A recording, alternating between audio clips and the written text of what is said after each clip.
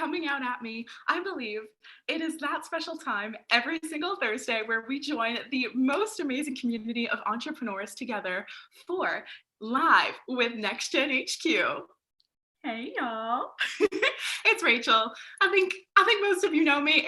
If you don't, please do hop in, introduce yourself. I would love to hear a little bit more about what you're doing and what you're building as a part of Next Gen HQ. I'm the director of community here, and I am so excited to be here with you all for the first live webinar that we are doing for the month of May. This is a special time. This is springtime. We're all feeling in a really unique situation right now, and we're all just ready to band together and come together as what we are best, a supportive community who just wants to inspire with momentum, with energy, and with enthusiasm. So we're so excited. We're so excited to be here today with you all and having the amazing Kara Goldin join us, the founder and CEO of Hint. So you're going to find out a heck of a lot more about her and about her journey in the live coming up in just a few short seconds. And I think you do know the two moderators that we're going to see. You should know them by now. They're pretty familiar faces. Justin and Dylan are going to be on with Kara in just a few moments. But you know what? For now, let's just sit back and get cozy. Please go grab your drinks, go grab your Hint waters, and get ready for a heck of a show.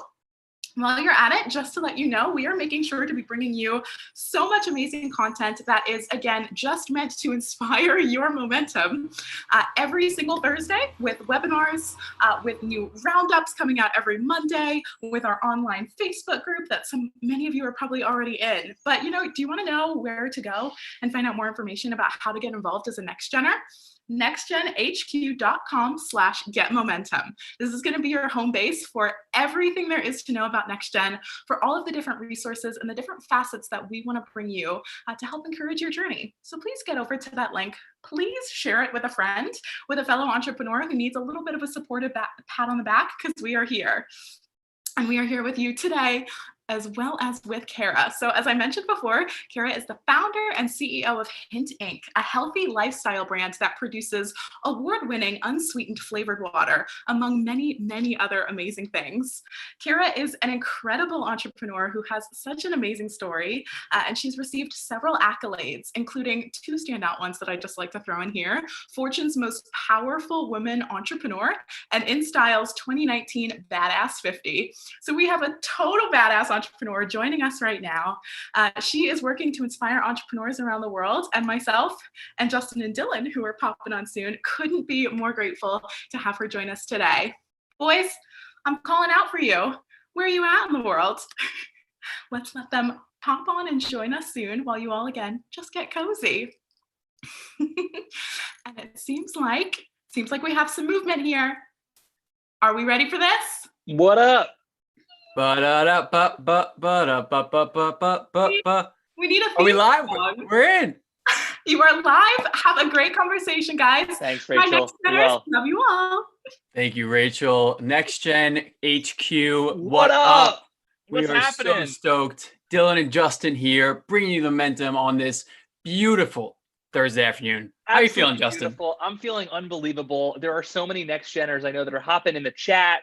They are around their building. I mean, some shout outs off the top of my head. Shout out Amanda McCrate, just an incredible Next Genner there. Atlanta, part of the Jesse Itzler movement. Who else you got?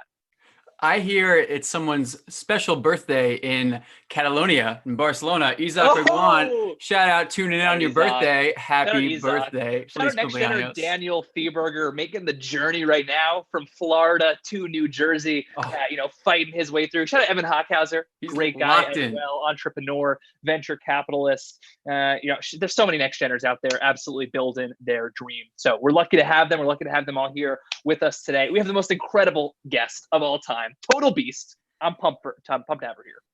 Kara is such an all-star. Justin, on our chat this morning, getting ready for this conversation, looking at not only her resume, but the type of person she is. She's the dream. She's done it all. She's a mom, an entrepreneur, a founder, CEO. You name it, Kara Goldin is the one. I'm so excited for our conversation right now. The title of Kara's podcast is The Unstoppable Podcast. And you get that energy when you talk to Kara, that it's not like she's not going to run into roadblocks or obstacles, but that she is by sheer force of will bringing her dreams to life with Hint, regardless of what gets in the way. I'm pumped to dive in to this conversation. Why don't we, without further ado, bring her in? How's that sound? Let's bring her on. Houston, can we get Kara live on stage? Copy 1 2 1 2. Echo and Alpha Bravo 7 Binger. That's a go. Yep. 7, no. Oh, switching to channel 6. It's happening. Live. Oh, channel 6 is live. Here. Kara Goldin, welcome to Next Gen Live. Hello. Kara, how are you doing today? Talk to us about how your Thursday morning out on the West Coast is going. My Thursday morning is going well. I start every day with a little bit of exercise, and so I went out and got that, and now I'm in my place sheltering. So we're and drinking my Hint, so I'm good. You have the most beautiful living room, I got to say, of all time. That painting, particularly behind the piano, is just a wow. I know, right? It's maybe we'll get lucky. The name of that artist, though. We'll get back to you. I love that. Kara, you got to tell the audience, before we even dive in, we heard rumors that you are part of the exclusive 5 a.m. wake up club. Is this true?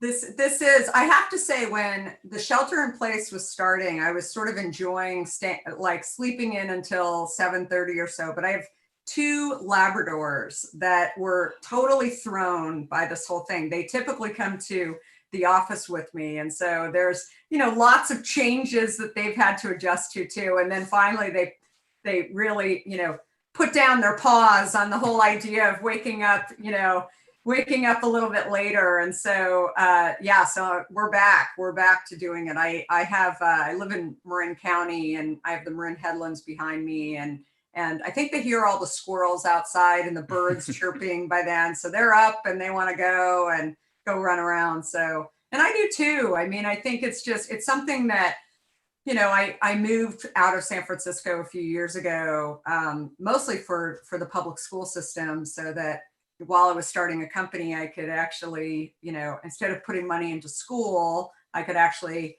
put money into a company and an idea that I was building. Right. But we, moved out here really because of the beauty, and I got my dogs, and when we moved out here, and, I was just talking to somebody yesterday about this, that it really, every day it's something new. I see, new wildlife and new birds, and, I never thought I'd be that person that, was like saying that, but it really, especially during times like, when we're spending the majority of our day just in our house, it's just like waking up and just seeing that there's, life, and it's, anyway, it's okay. So I had an owl in my driveway the other day. A lot of people who follow me, unfortunately, didn't make it, but it was an injured owl, crazy, right? And, he showed up in my driveway, and so again, it's it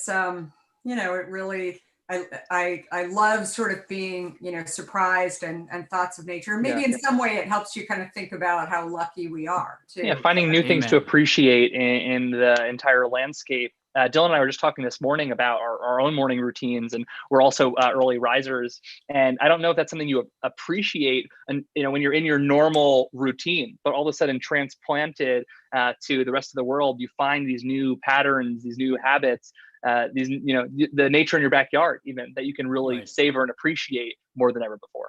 No, it's so true. So it's funny. I grew up in Arizona, and so, it gets pretty hot there for a lot of the years. And I used to climb this mountain called Camelback Mountain. And we used to, anyone who knows, Phoenix, Scottsdale area, you've got to get up at 4:30, 5 o'clock and get on the mountain. Otherwise, by the time you're coming down, it's just hot. And so I hate the heat, and it's, and so, and I just, being a redhead too, just didn't want that much, sun. And so it's just much nicer to just get up, and it's quiet and it's peaceful. And I feel like that's where I do, my best thinking and emails and writing. So so it's continuing.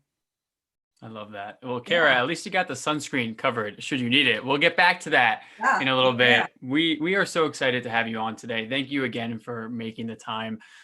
Kara, your story is really interesting for 2 entrepreneurs, Justin and myself, 24, just getting into the thick of it every day. You have done so much for such a long time that you've been through the ringer and back a bajillion times. But I want you to take us back to the young Kara who is at time, you just got your job in New York City. Speaking of a very different environment than Arizona, going for a hike or Marin County, take us back to those early days if you can, and tell us what stands out as to the start of your journey to achieve and really push the boundaries for what you're capable of.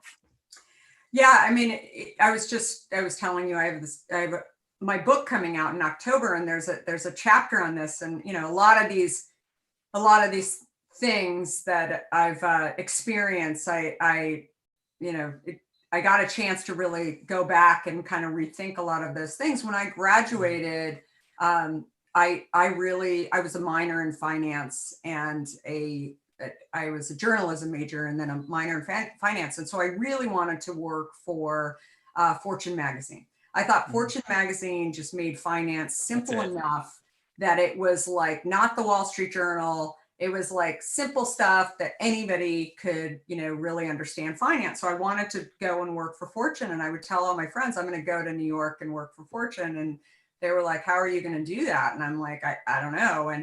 And so they weren't interviewing on my campus. And so I just decided I'm going to go to New York. But then people said, oh, you should go to Chicago. You should go to LA. You should, if you really want to live in a city, you should go check out all these places. And then I just decided, well, maybe I'll do that too. And I'll spend 3 weeks and I'll go and travel and see what happens. And as I told people I was doing it, they were like, oh, you should go and interview with my dad or my brother or whatever, along the way. And I'm like, okay, I just want a job more than anything. And maybe I'll land in New York last and go and interview with Fortune. I still hadn't figured out how I was going to get an interview with Fortune.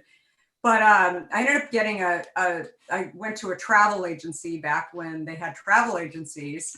And I said, okay, I want to go from Phoenix to Los Angeles to San Francisco to Chicago, Boston, and New York, and over a 3-week period. And every 3 or 4 days, I'll be switching cities.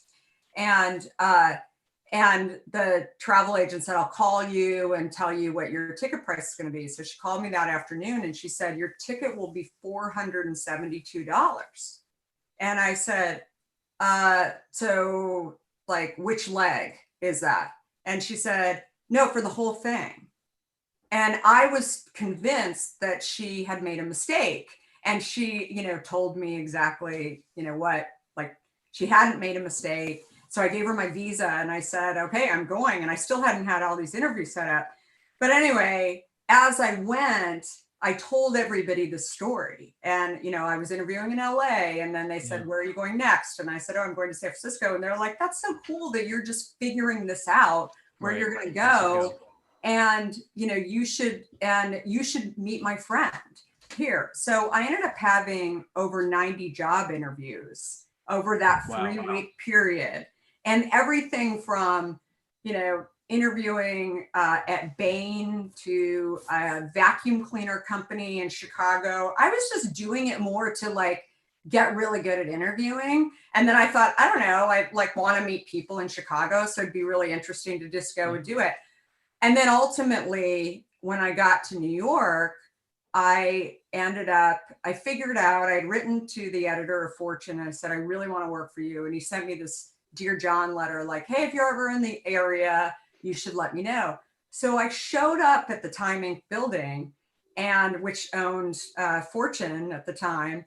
And there was no security in the bottom level. I, just walked up to the HR office and I said, here's my letter, from Marshall Loeb, who was the editor. And I'd really like a job.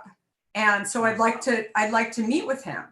And the poor head of HR came out and said, I think he was just saying, if you're ever in the area, you should make an appointment. And I said, oh, that's too bad. I'm leaving tomorrow. And she said, you can't get an interview by tomorrow. And I'm like, so would anybody interview me in the building? You have a lot of magazines. I'm sure somebody really needs somebody really great. And so I ended up getting an interview with somebody and then got a job.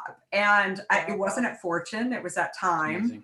And, but I think it's a great story.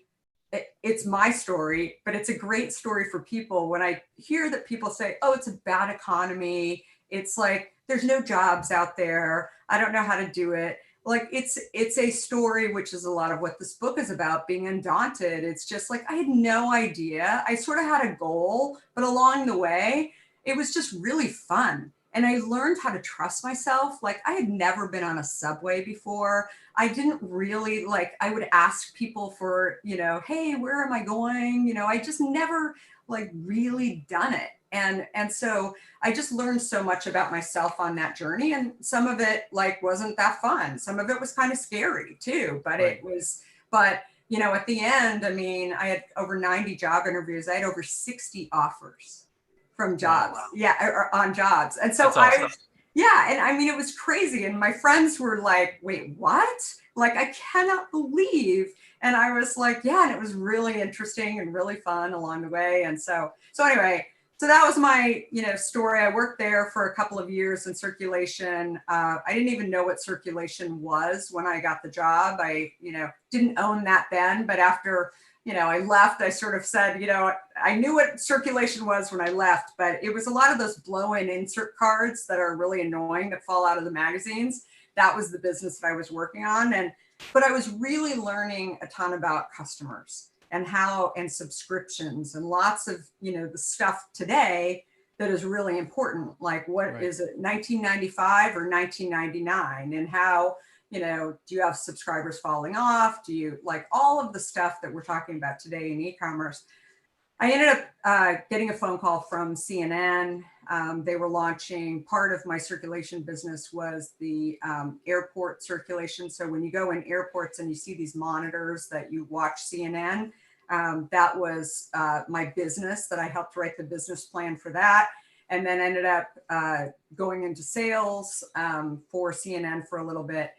And then I decided I really didn't want to be in sales. And it was great. CNN was, the early days of CNN. It was really, really exciting, but I wasn't exactly sure what I wanted to do. And I ended up moving from New York to San Francisco with my husband, and had heard about this guy, Steve Jobs. And I had read about him, and I thought he was pretty crazy. He was doing, some interesting things, and he was graphically making computers a lot easier and much more interesting. But I had read about this project that he was doing at Apple called En Passant, that was basically taking graphics and sticking them onto a disk. And his theory, and he really doesn't nobody talks about this business that he launched, but it was truly just another thing that Steve Jobs that was so innovative. But he stuck all the graphics on a disk, and he said, just give it to the user and say, every once in a while you need to update things. And most consumers wouldn't realize that it was actually, going on their hard drive. They would just continue to stick the disk in. So a couple of people who worked for Steve, I never worked for Steve, ended up spinning this company out into a company called 2Market. And I ended up finding 2Market because I was following, Steve and everything he did, but then also that it was in the Bay Area. It was down in San Mateo. And so I picked up the phone and called him and said, hey, I think it's really cool what you're doing. I'm trying to figure out what I want to do. And can I come have lunch with you guys? And then suddenly I got an offer, and I got this thing called equity, which I had never had before in my life. And then there was another guy in the meeting that was having lunch with me, and his name was Ted Leonsis, and actually Steve Case was there as well. And I didn't really know what AOL was. I had sort of heard of, there were a couple companies, Prodigy and CompuServe, that were out. And I was just like, oh, they're so boring. They're text-based. And Steve Case said, well, that's what we're going to be doing. We're going to be changing, the sort of interface, and it's going to be much more graphically interesting. And, we're going to use, we're an investor in 2Market with Apple, and we're going to, basically have our own service that, was going to have lots of channels and whatever. So I ended up taking this job at 2Market, basically putting all these retailers on this disc and sort of testing the initial, the original e-commerce was really, barely on Prodigy and CompuServe, but really graphically on 2Market. And then AOL acquired us 6 months later. And I was running all of, the deals for 2Market. And, Ted said, hey, you should come on board at AOL, and we're acquiring your company, and you can just like do kind of the same thing from San Francisco, even though we're based in Virginia. So I traveled all over the country. I was used to getting up early. So I ended up, doing that for 7 years and traveling, constantly.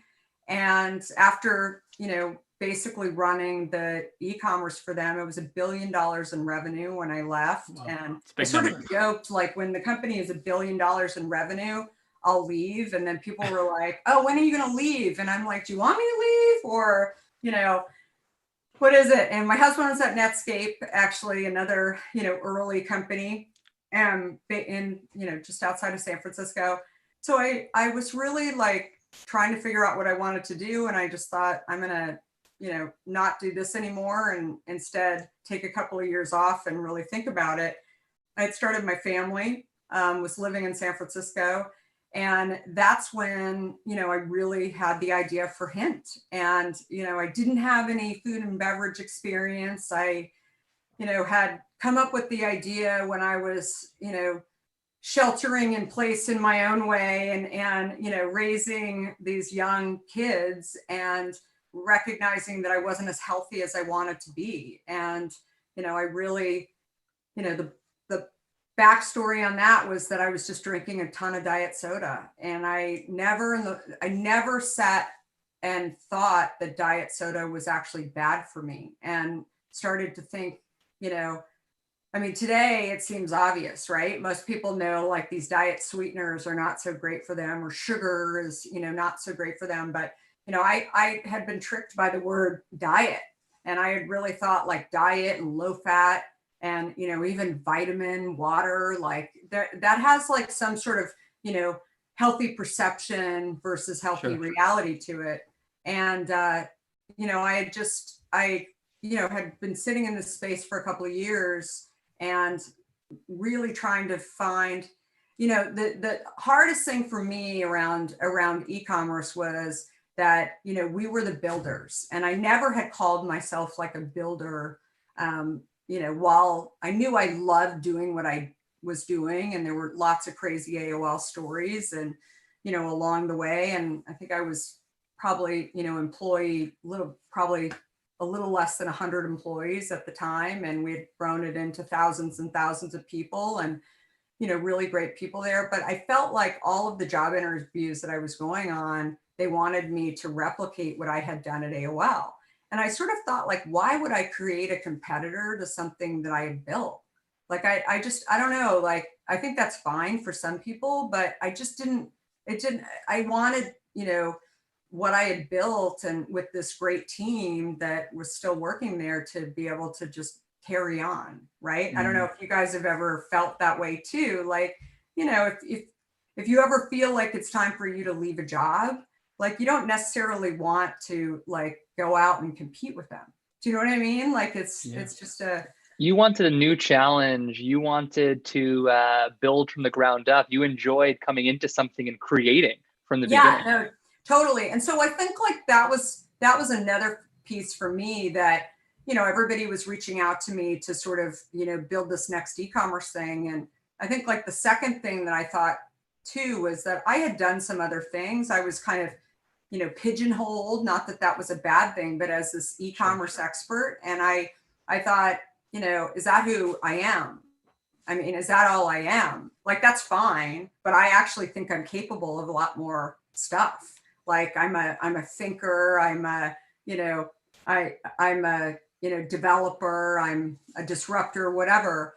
So I think that for me was like really kind of a key moment where I took some time to really stop and think. And I encourage everybody to sort of do that, especially when you're just sitting here, making money along the way, right? Like it's just, it makes it much more fun. And I think that the other piece of this that I saw was that, once I gave up diet soda and started drinking plain water, I kept, kind of having this conversation with myself around water, that I knew it was better for me, but somewhere along the way, I convinced myself that, diet soda or any type of soda was made up of water. And so it's probably fine. But my energy levels were down. I had developed terrible adult acne.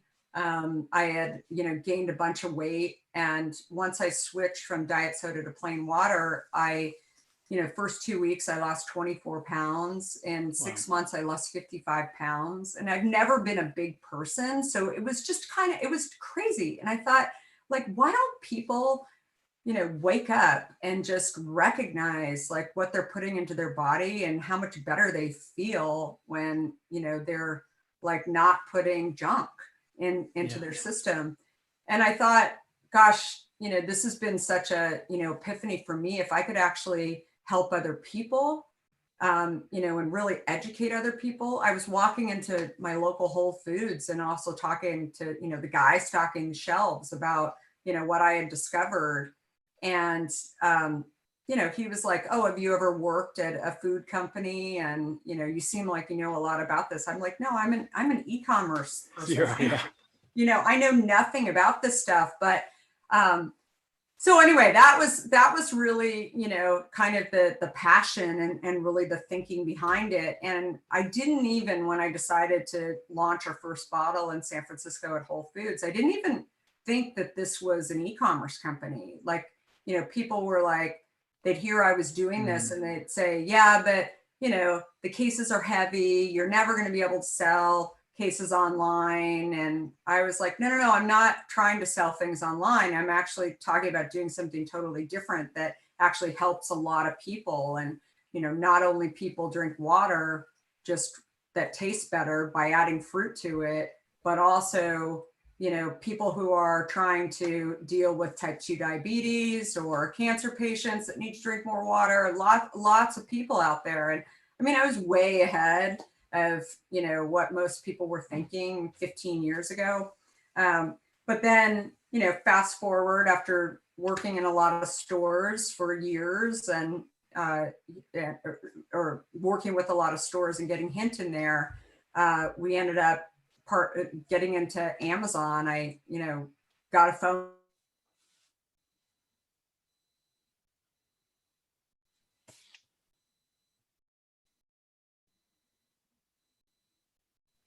I think we may be having some quick technical difficulties here.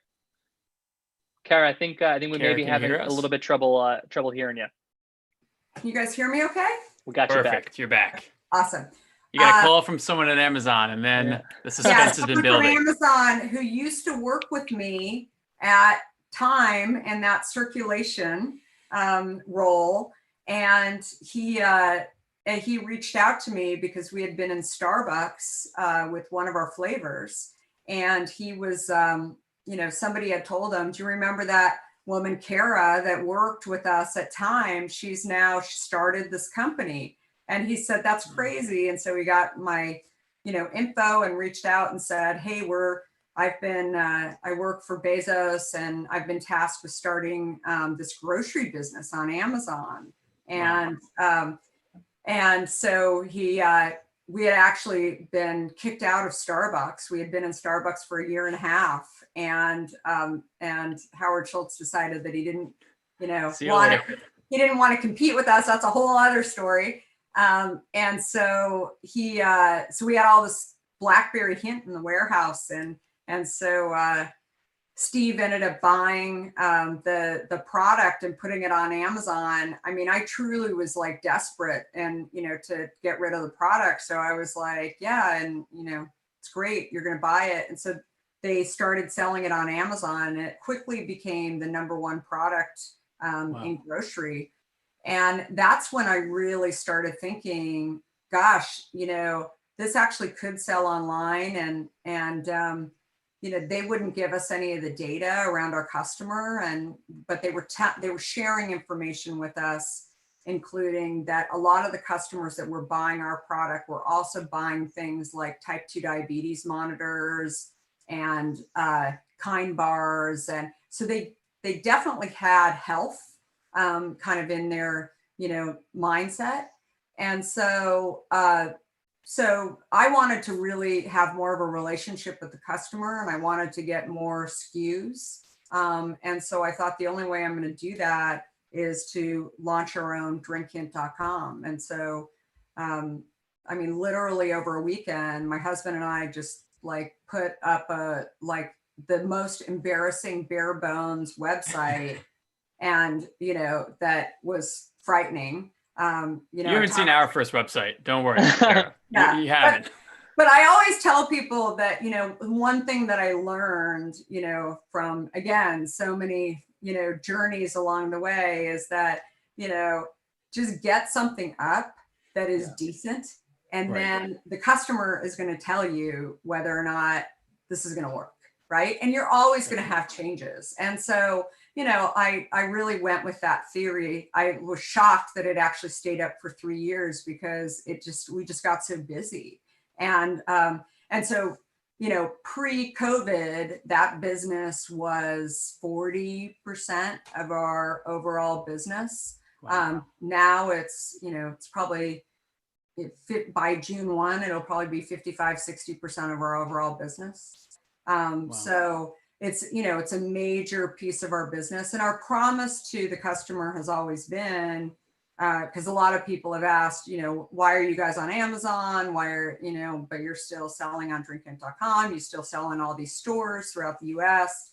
And, I think it's just a story of the customer controls your journey, right? And so I don't, I have consumers who write to me and say like,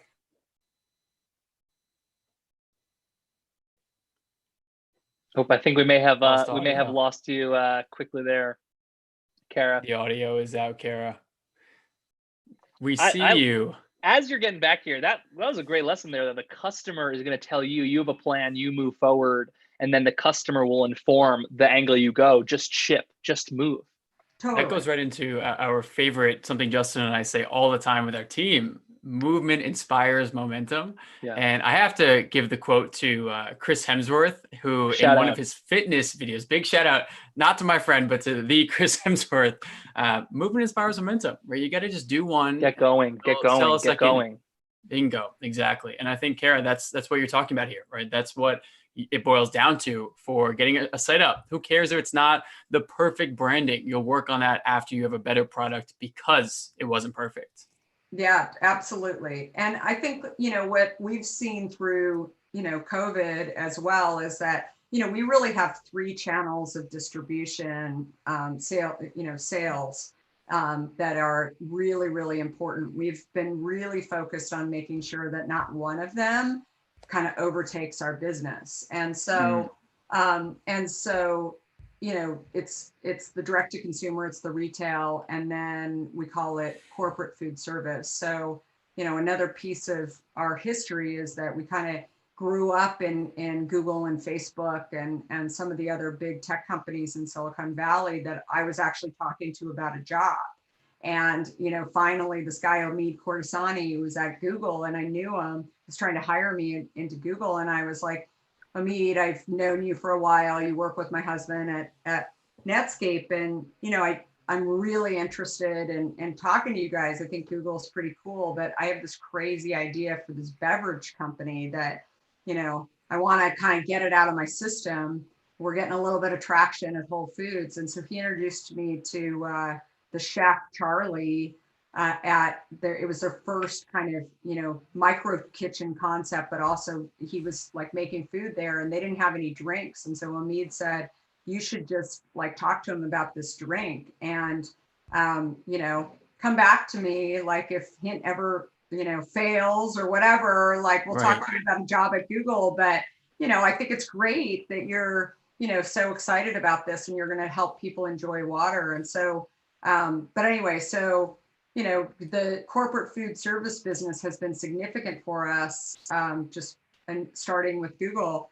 But, no one's been working from their offices for the last 60 days. So if I had a, food or beverage company or any other, company that was really reliant on one channel, like that went from, 20% of our business to 0, right? Like I'd be dead right now if I relied on that. And so we recognized that very, very early, including our employees who were like corporate food service salespeople. We immediately took them off of that business and said, we're going to have our salespeople that go out to stores like Target visit less stores through this period. We're an essential product, so we're still, we've been working through this whole thing, but we said less stores, not as much travel, and we've got more people that could go into these stores. And then I remember the date very well because this whole weekend of March 14th, 15th was when we were really looking at our teams, looking at the business overall. And on March 16th, then we sent out a note to all of our direct-to-consumer business, and we said, to customers that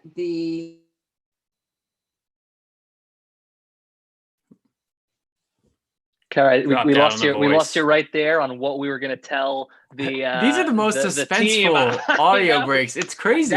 That weekend, as you're buffering back a little bit, Dylan and I remember that really vividly. We were having a lot of conversations with our team right around that time. We got kicked out of our New York City office Thursday, the 11th, 12th, 13th, whatever it might have been. So we got you back now. I mean, that weekend, everything is changing. You're trying to position your team for the future. What do you tell them? I think that the key thing is that we have, there's lots of business, right? We have 3 different channels and the ability to, pivot and look at these different businesses. I mean, our direct to consumer business is 100% right now over plan for the year.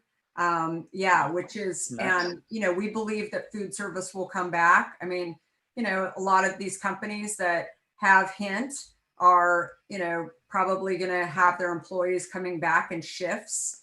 Maybe some of those people are, as we spread out in the office, maybe some of those people, are going to choose to work from home for a while. And so, that business, we're really looking at it, not necessarily counting on it, right? The food service, but we're able to, definitely serve consumers still and whether they shop in stores or shop online. So, Kara, we have a quick question that just came in from the audience right here about this. How do you expect the food and beverage industry to change following, quarantine, following shelter in place? What a unique category to be thinking about. Have you thought about that with your team, your board, yourself as a leader? How is this industry going to maybe permanently evolve?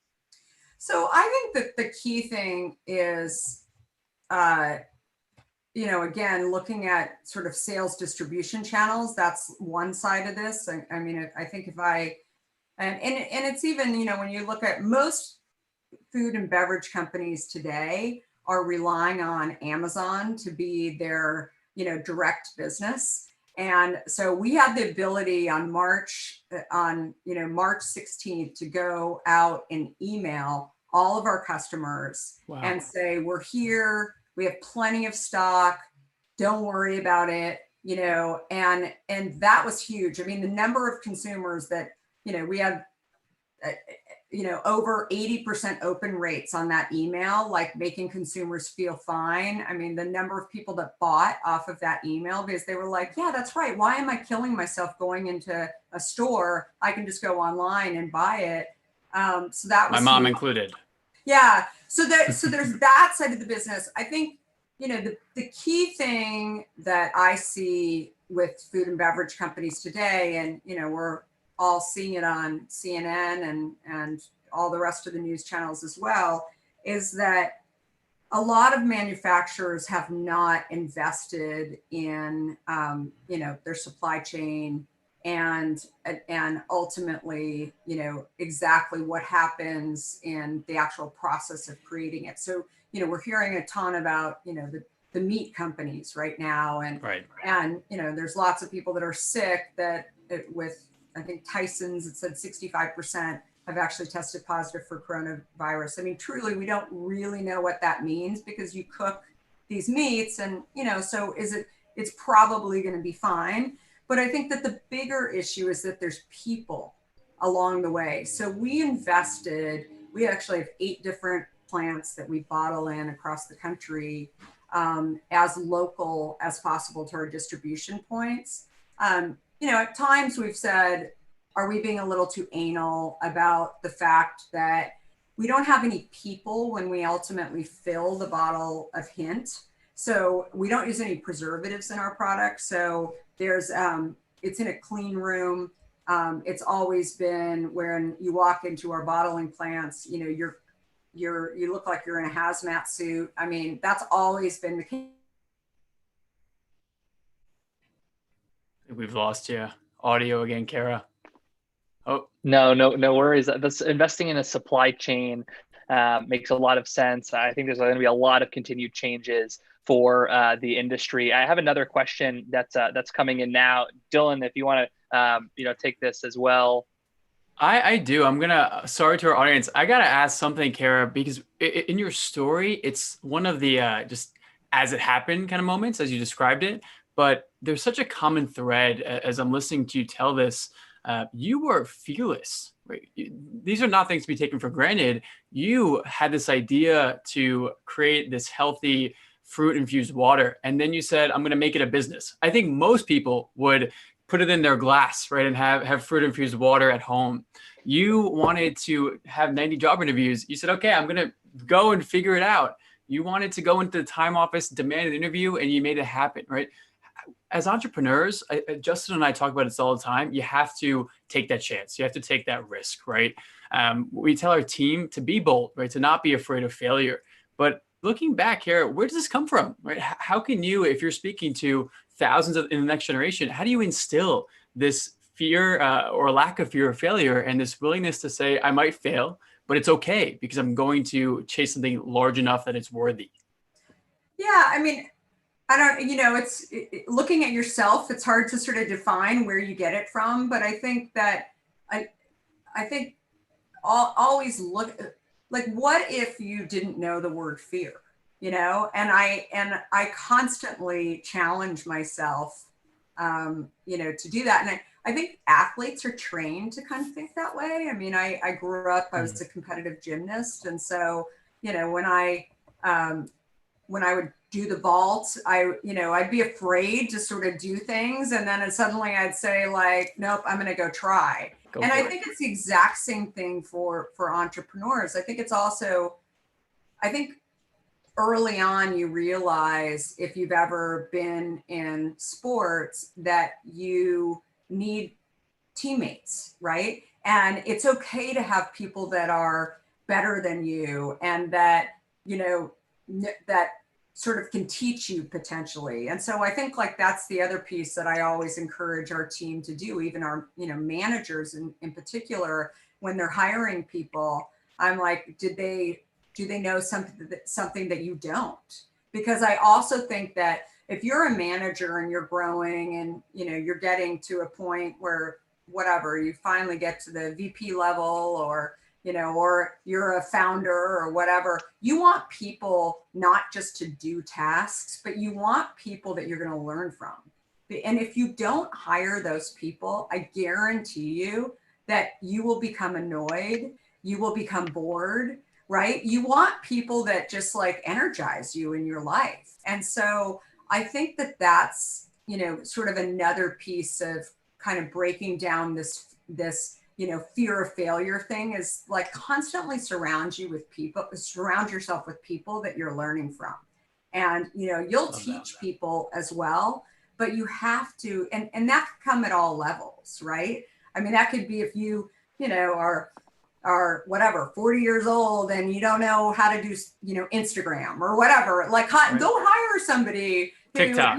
Right. Or TikTok. Right. And, and go learn that. Right. I mean, and I think like that is such a key thing to just constantly be learning, and at every single age, and every single, role in the system. So, but I also feel like not everybody is cut out to be an entrepreneur. I mean, you guys know, I mean, being an entrepreneur, it's hard. Yeah.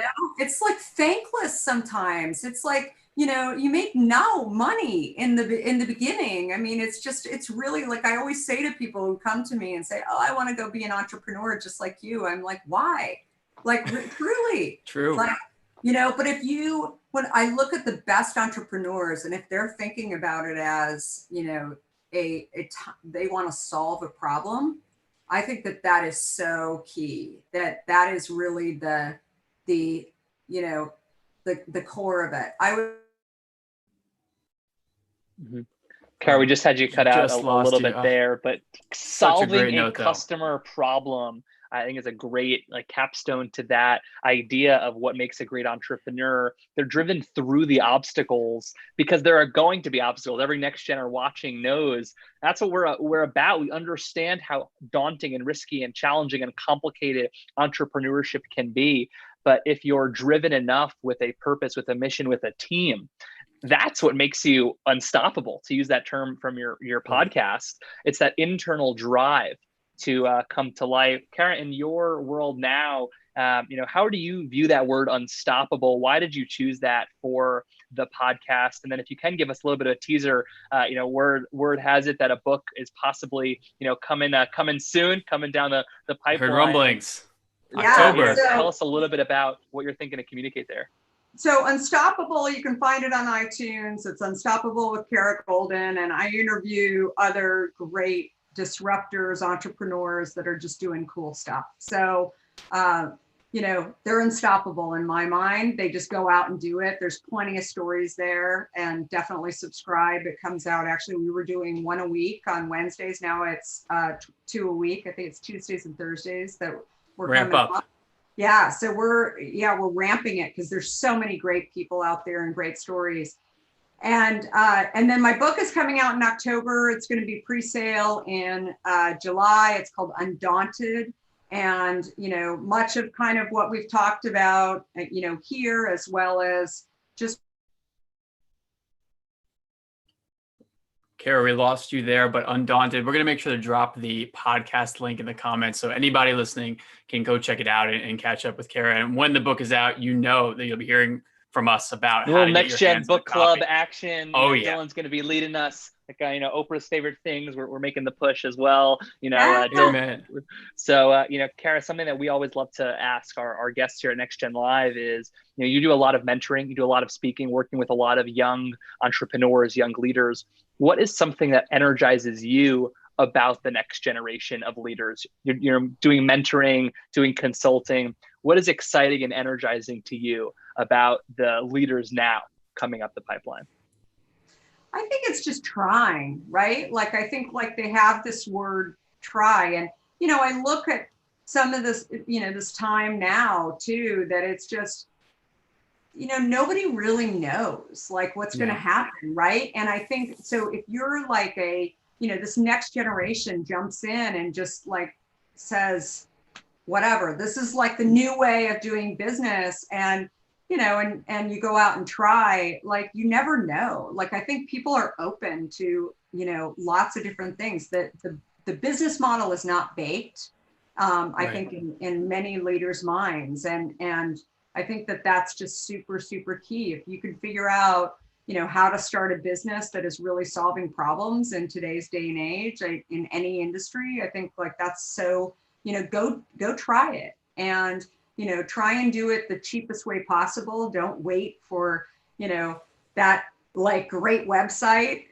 to launch. Just try and get some traction waiting forever. There, right? And see what the customer says ultimately, and get it to be a business where people can actually kind of see what's going on. And, and I think, as somebody told me early on, however you ultimately make money, just make sure that you don't rely or stay with just that one, channel of revenue for too long. Like definitely get traction, but then go and find, a few others and just keep like throwing stuff into the pot to grow. Because, definitely when there's any kind of, 2009 financial crisis or pandemics of 2020 or, any of these things, like if the faster that you can start to just keep trying and keep, having new ideas out there and not be reliant on one way of getting, revenue, then,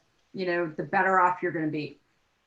Kara, as we get to the end of our time together, so much impactful advice there to play back to our audience. We're going to be unpacking that one for days and weeks ahead to come. But I'd be remiss if I did not ask you what it is like to see your commercial go on at the Super Bowl right before halftime in front of hundreds of millions of viewers over the next few weeks on YouTube, live, you name it. Tell the audience, give us a sneak peek as to what was going on at your Super Bowl party this past February. So it was pretty mellow. My girlfriend actually came out from Vegas, and it was like we were barbecuing, and I was just saying, I don't know, what we were still getting a lot of the details down, even low expectations. Yeah, I mean, we just weren't really sure. We didn't know where it was going to be. Like it ended up to be we could not have asked for a better spot. It was right before halftime. Like they tell you this window, it could be anywhere from like a half an hour before. So, we kept waiting and waiting and waiting. And then it came on, and actually, I mean, it was crazy. My phone, this has never happened to me in the history of me having like a cell phone. I had over 300 texts. Like my phone was like, and like I had it, I mean, it was crazy. And I kept looking at it, and my phone was actually hot. Like by the end, like within last 30 seconds. Oh, we just lost you there, Karen. Phone literally blew up there. It couldn't even take the story. Yeah. I love that. That must be such a satisfying, gratifying feeling to make sure that you're broadcasting your image, right? And as you brought up earlier, it's in your control. I absolutely love that. One day, right, Justin? It's very soon for us. Until we can get there. Kara, how can our audience best connect with you after? What platforms? What are the channels? How can they learn more about what you're up to and the podcast as well?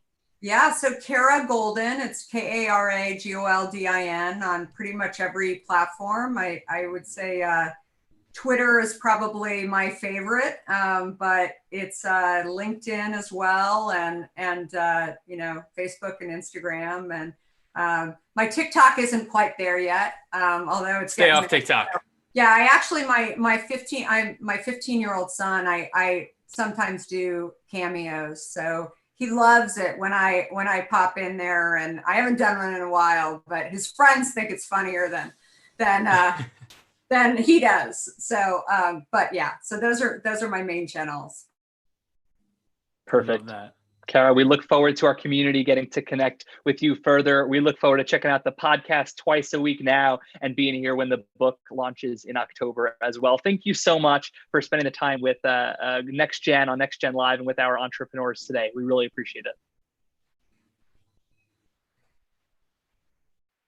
Thank you, Kara. Amazing. Justin, what an all-star. Yeah. There's so much to unpack. There's a lot to unpack. I'm already thinking about something I want to get your take on. This is something that me and you go back and forth with a lot about. Kara, one of her big pieces of advice is, she didn't use the word diversify, but it is build up new revenue channels once you have traction, find new platforms, get moving. But the beef we get from most of our advisors, our investors all the time is Justin, Dylan, hey, focus, guys, focus. So what is going through your mind on reconciling her advice to not be too pigeonholed, diversify your channels, but at the same time, focus enough where you can start getting traction? That's such a great point in question. I think for Kara, it's important to know that she grew Hint, the beverage aspect, the flavored water, fruit infused water, at first, right? She built that company. She got that brand in stores. It took a long time. It wasn't overnight. But then as soon as she felt that the company was in a safe or healthy growth position, 50% over a year, then she started her next product, and then her next product, and the next product. And then she got on Amazon, right? So putting it in context, you got work to do with that focus, those blinders on. But you have to know, and it'll never be the perfect day. No one's going to tell you, it's not going to slap you in the face. Hey, Justin, Dylan, diversify. You have to put 2 and 2 together there. And for us, we talk about how do we control our own destiny, right? We don't want to be subject to Instagram changing their algorithm, setting back months of planning. So I think for all entrepreneurs, find out that rule manifests for you and make sure you're at least thinking of it, if only for tomorrow.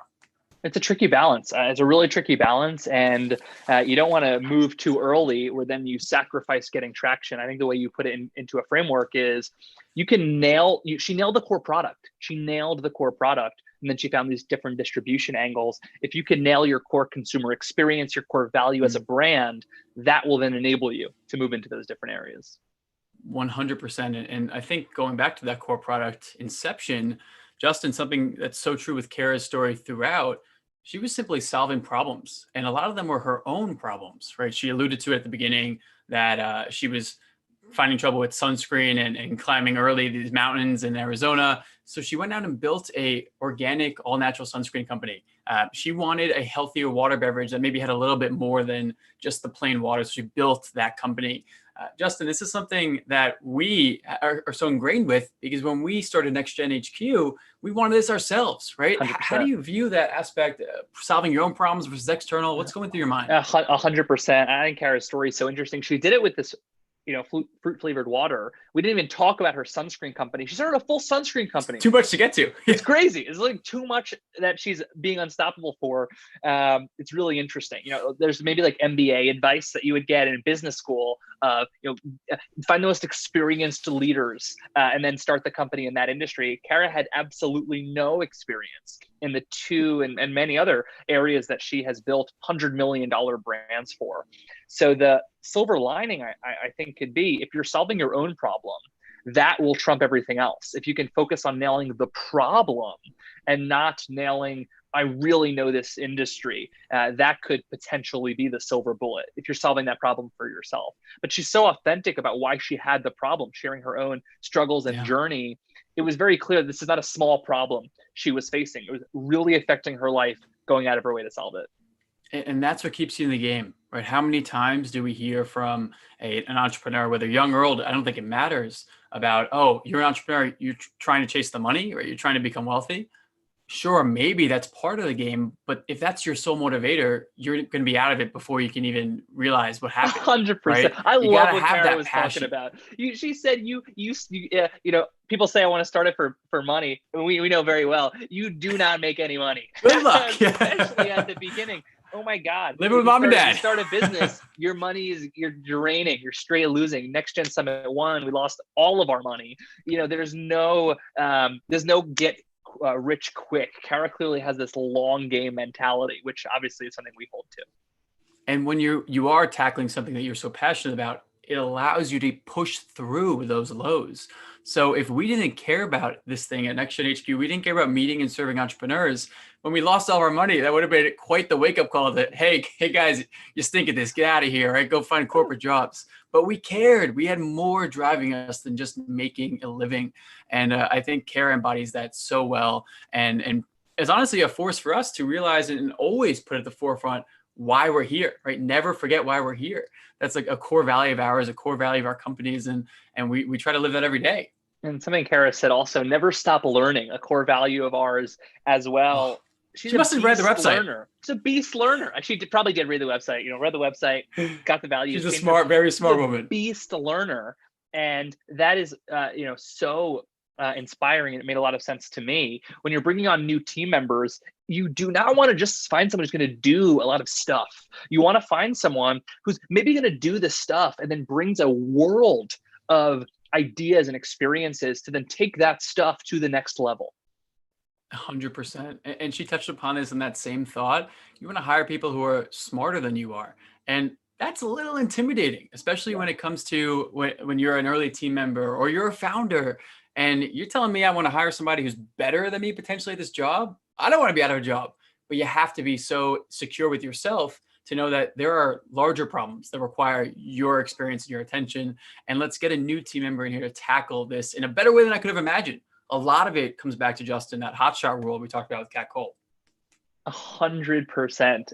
I'm thinking about this now. Dylan, we spoke about this off camera, obviously, that every team member should like raise the bar to the point where we're like almost embarrassed. You know, like every team member should really level up. So early team members, there's like maybe even competition a little bit with the level of talent that you continue to bring into an organization. That's when you know you're doing it right, versus so many companies are afraid to bring in new ideas and rock the boat. Totally. And there's a balance, of course, to be struck always. But if you're not innovating, then you're going to be gone, right? I don't think anybody wants to join a young startup, young company and be content with, the status quo. Everyone should have that drive. And obviously it worked with Kara. She must have found some good team members, including her husband, which we didn't even get to talk about. We didn't even talk about that. Her COO. Her COO. It's crazy. Could you imagine? Crazy. The Collison brothers at Stripe. There are these great stories of brothers or husbands and wives, the founders of Eventbrite. But working with your husband every day from the very beginning, being his boss. I can't even imagine. My mom could probably like that one. She would enjoy that a little bit, but yeah, hey, it's a struggle and there's blessings, but we get to live it together, and having a co-founder is such a blessing. So I don't know that she would call that a co-founder relationship, but it's something even above that, perhaps a marriage. So I'm sure there's a lot of overlap there. 100%. Dylan, closing thoughts, one takeaway from Kara for you that you're going to carry into the rest of the week today. Kara is such a powerful leader who is really not afraid, and she will be the type to say yes to something and go figure it out, even if she had no clue, right? I feel a lot of that early stage entrepreneur in her today, as she's just solving problems. So I'm going to put on my bulldozer hat. I'm going to go punch down a few walls and make things happen, because that's what Kara inspired me to do. How about you, Jay? I'm going to be thinking about never stop learning, one of our team core values from Kara. What are the experiences, the knowledge? I was just having in a one-on-one with Dan on our team, our head of real estate operations, a great conversation about how there are so many team members who have like a whole world of experiences that are separate or additive to what they're currently doing. So my head is at now, what are the experiences, the skills of our current team that aren't necessarily being activated every day? How can I learn more from them, so we can together keep moving the momentum forward, moving the rockets? This has been great. Kara's a total beast. We're going to link all of her stuff. Make sure to connect with her on social. We'll get her podcast. We'll get her book info out so we can continue it all. Thank you, everybody, for tuning in. We look forward to seeing you again here very, very soon. And hope you had a wonderful time joining Next Gen HQ for this Next Gen Live. We'll see you soon.